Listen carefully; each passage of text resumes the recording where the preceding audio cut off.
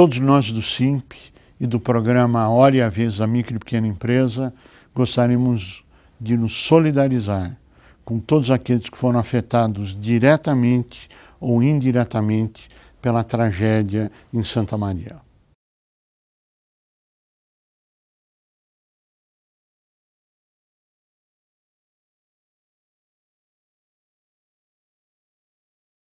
Na última semana de janeiro, a Serasa Experian divulgou uma pesquisa afirmando que o índice de inadimplência das empresas deverá recuar em 2013.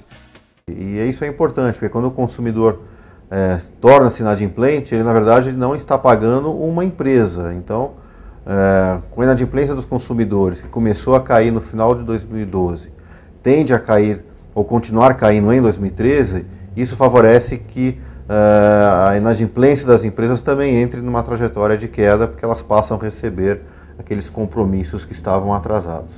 Como ficarão as micro e pequenas empresas neste cenário? Nos nossos estudos, cerca de 90% das ocorrências de inadimplência que chegam às bases da Serasa Experian provém de micro e pequenas empresas, ou seja, o grande volume de inadimplência que acontece no país envolve basicamente micro e pequena empresa. E se se a inadimplência das empresas vai entrar numa trajetória favorável, isso significa que nas micro e pequenas empresas a inadimplência também irá recuar. Mesmo porque micro e pequenas empresas são empresas que dependem basicamente do mercado doméstico. E o crescimento econômico em 2003 vai ser ancorado, mais uma vez, no crescimento do mercado doméstico. Então isso é algo que favorece bastante a situação financeira das micro e pequenas empresas. Em breve, traremos mais boas notícias sobre o cenário econômico do Brasil e o envolvimento das micro e pequenas empresas.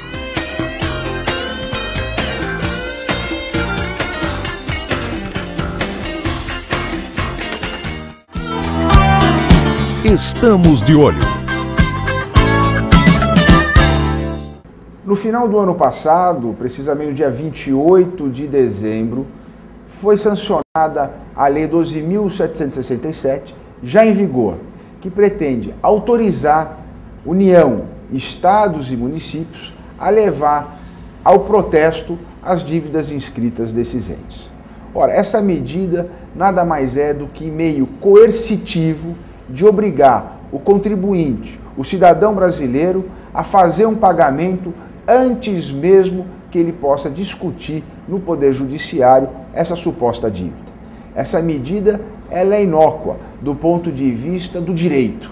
Na verdade, o protesto serve para constituir o devedor in mora, interromper uma prescrição para que seja feita a cobrança.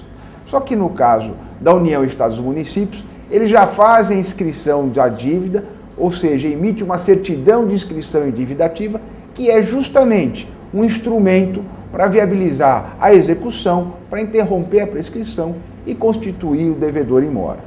Assim sendo, é mais um ato, o protesto é mais um ato, simplesmente com o objetivo de desviar uma forma legal e legítima de cobrança, haja vista que a Lei de Execuções Fiscais já é específica para esse tipo de atitude. Portanto, além da inscrição em dívida ativa, antes da execução, o governo estadual, municipal ou federal levará essas dívidas para protesto. Protesto que é uma atividade dos cartórios para uma cobrança entre relações entre particulares, simplesmente para forçar realmente o pagamento ou recebimento de determinado valor, frustrando ou prejudicando um direito constitucional do contribuinte de poder se defender. Na verdade, alegam até que essa medida desafogaria o judiciário, pois já anteciparia esse ato de cobrança. Pelo contrário, o que seria cobrado através de uma execução fiscal, agora se vai discutir, além da execução, uma ação cautelar de situação de protestos, culminará em mandados de segurança, em ações declaratórias. Mais afogamento, maior volume de processos para o judiciário.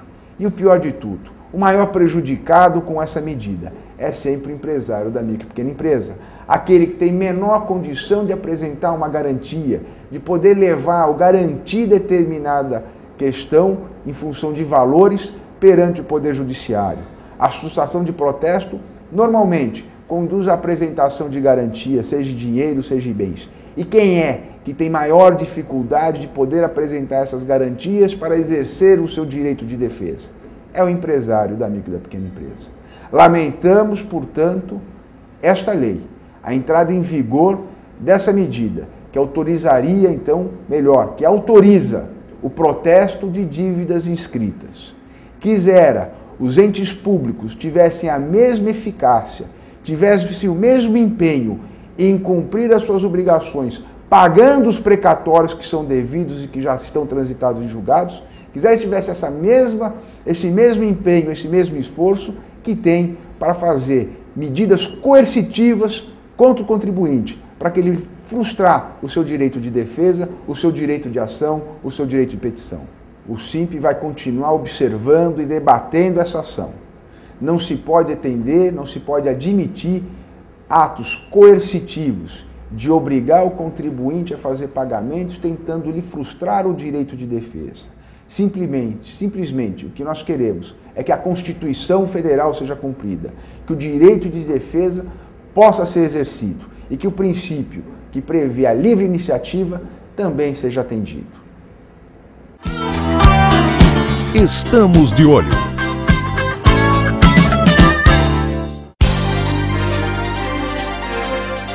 Você está assistindo A Hora e a Vez da Pequena Empresa.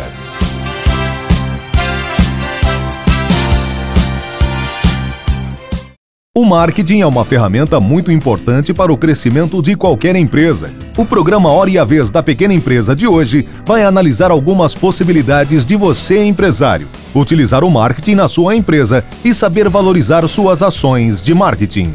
Normalmente, quando buscamos o retorno sobre o investimento, acabamos valorizando aquela campanha, aquela ação promocional última antes da geração da venda.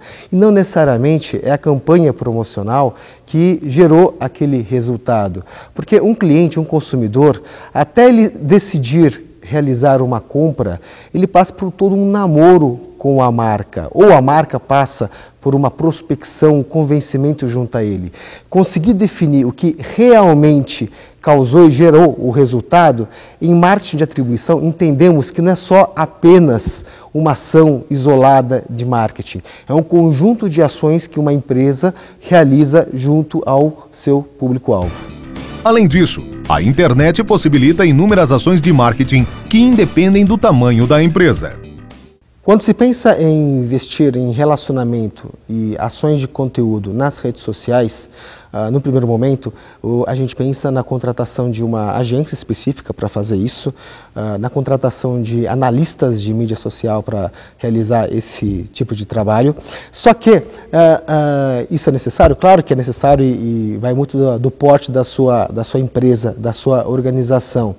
Só que não é só isso que o empresário deve fazer. Ele precisa efetivamente entender as redes sociais e, depende do esforço, claro, e precisa de um esforço, se tornar usuário das redes sociais. Se esse empresário ele não tiver familiaridade com as ferramentas, ele não vai conseguir orientar ou não vai conseguir decidir corretamente junto à sua equipe que trabalha essa geração de conteúdo.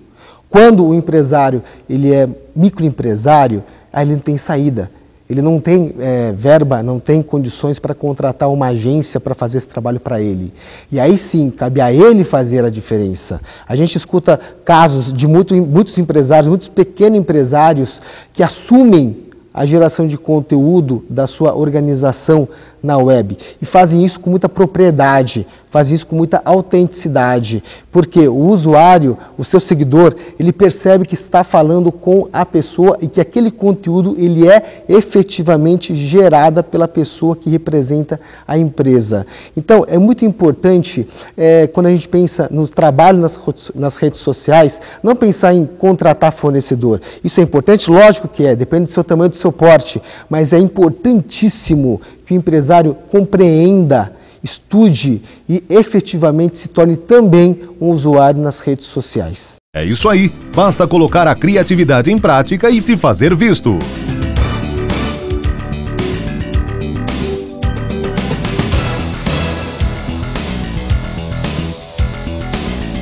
As As micro e pequenas empresas já são 7 milhões em todo o Brasil e representam 22% do PIB nacional. 60% da mão de obra com carteira assinada trabalham em micro e pequenas. Por tudo isso, a Secretaria Especial para este setor é tão importante para o Brasil, para a nossa indústria, para o fortalecimento do mercado interno e para o aumento da nossa competitividade. Secretaria Especial da Micro e Pequena Empresa. O SIMP defende essa iniciativa. Apoie você também. Entrevista da semana.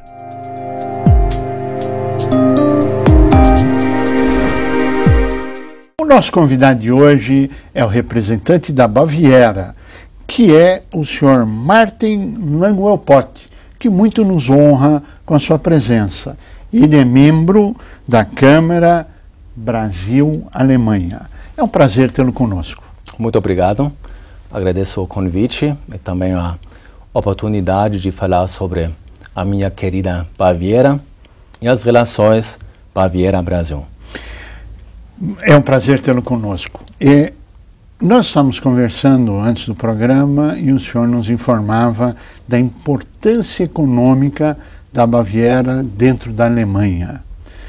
Quanto representa economicamente o PIB da Baviera com o PIB alemão?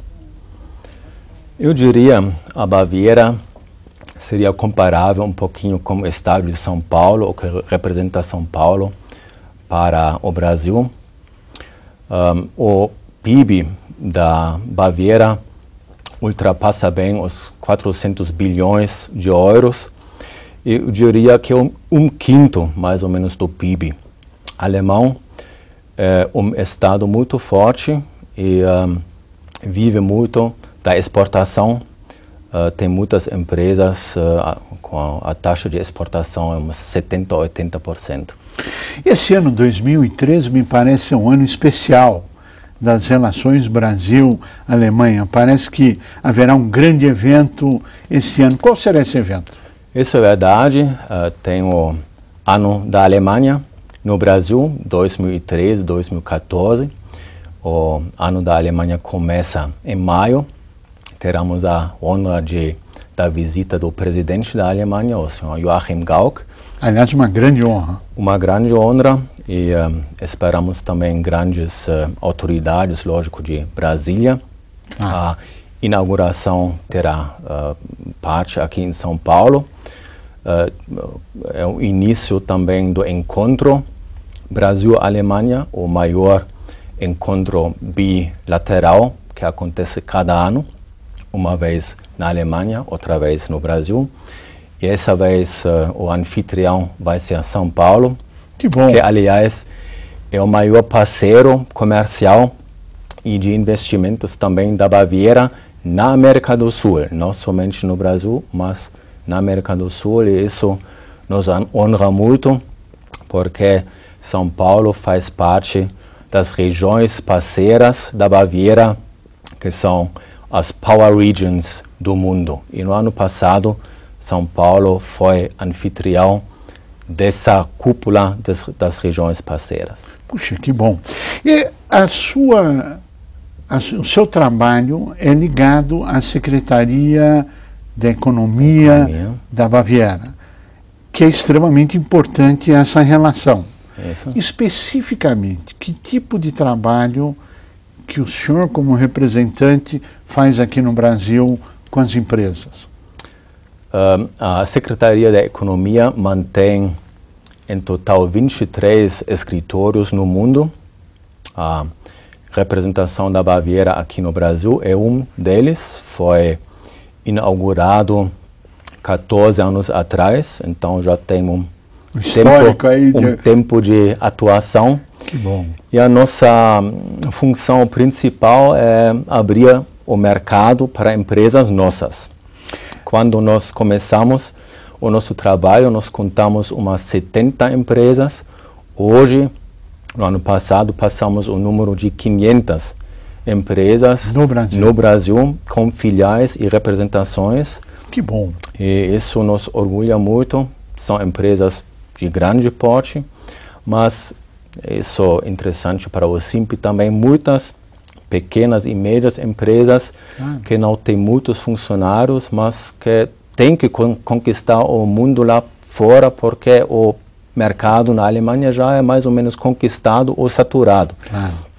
E outro aspecto é criação de parcerias entre universidades. Nós temos 48 parcerias universitárias e também trabalho cultural. O nosso escritório não é grande, somos 2 pessoas só, mas batalhamos em todas essas escenas, né? E cultura para nós é como uma plataforma que a economia cresça, né? Isso, o que é ótimo. História e tradição é para nós o sucesso da economia.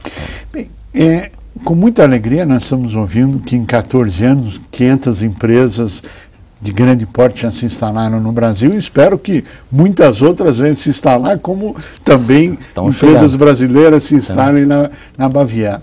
E aqui, que é um programa de empresário, fica a pergunta: como que um empresário, uma empresa brasileira pode buscar o apoio da sua Câmara, do seu trabalho, para fazer uma parceria, para ser parceiro de uma empresa no Brasil ou fora do Brasil, ou mesmo numa das 23 representações pelo mundo? Certo. Isso é possível? Isso seria uma grande alegria, né, de fazer essa ponte entre empresas brasileiras e bávaras, e está acontecendo de várias maneiras, né? Empresas nossas normalmente participam nas maiores feiras aqui no Brasil. Nesse ano estaremos na Broadcast in Cable, nós seríamos na FIMAI, Meio Ambiente, nós estaremos presentes também como stand grande na Brasil Automation. Bom. E empresas brasileiras que procuram tecnologias normalmente visitam o nosso stand ou participam em rodadas de negócios que promovemos aqui no Brasil, com várias entidades da indústria. E também, lógico, convidamos empresas brasileiras de participar em programas de intercâmbio que nós oferecemos, por exemplo, na área de tecnologias ambientais, na área de energias limpas, eficiência energética. Aliás, terá uma missão que vamos compor de empresas brasileiras em julho, que viajará para a Baviera para conhecer tecnologias, e uma outra delegação que está sendo planejado na área da indústria gráfica, mas ao final do ano. Mas não queremos tanto levar delegações nesse ano, pelo menos, do Brasil para a Alemanha, mas mais da Alemanha para o Brasil, já que festejamos o ano da Alemanha no Brasil. É um ano que se festeja a relação Brasil-Alemanha. Qual seria, dentro dessa experiência toda, desse intercâmbio dos mais variados segmentos, variedades, o maior desafio a ser superado? Claro, um desafio construtivo na sua avaliação, para que esse intercâmbio possa crescer cada vez mais. Um desafio, certamente, é sempre procurar e achar o parceiro certo dos dois lados. Isso é sempre um desafio pessoal, porque isso faz parte do nosso serviço. Às vezes, na primeira vez, não acertamos tanto, mas sempre tentamos de acertar. E eu acho que em tempos tumultuados, que passamos em crise na Europa, crise nos Estados Unidos, a China não anda tão bem de repente como deveria, o Brasil também poderia ter crescido um pouco mais do que nós esperamos. O meu medo, um desafio que nós temos é que nesses tempos difíceis os blocos econômicos não fiquem fechados, que mantemos o espírito do comércio livre e não caímos em mais proteção. É verdade. As relações entre a Alemanha e Brasil são muito bons, com nenhum outro país tem esses encontros bilaterais desse nível. O Brasil, a Alemanha são parceiros estratégicos, É verdade. mas não quer dizer que não sempre tem melhorias. Por exemplo, Sempre dá pra melhorar, eu fico decepcionado que nós tínhamos um tratado de bitributação e foi cancelado, infelizmente, em 2006 pelo governo alemão. E hoje estamos em 2013 e não temos um novo tratado. E isso é ruim para os dois lados, para os empresários nossos, para os empresários brasileiros. E eu gostaria de ter um pouco mais ênfase nesse ponto, já que tem sempre esses acordos bilaterais e mais avanço, eu acho que seria um ponto da Alemanha, que já a Alemanha que cancelou esse tratado, né, de fazer uma nova proposta para avancemos nesse tema.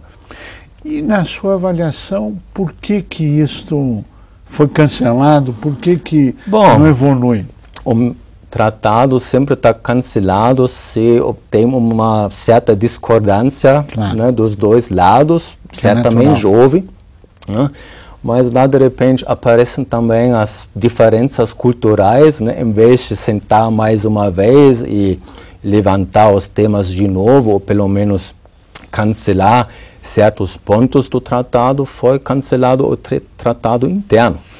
E isso acho que poderia ser feito de alguma forma melhor.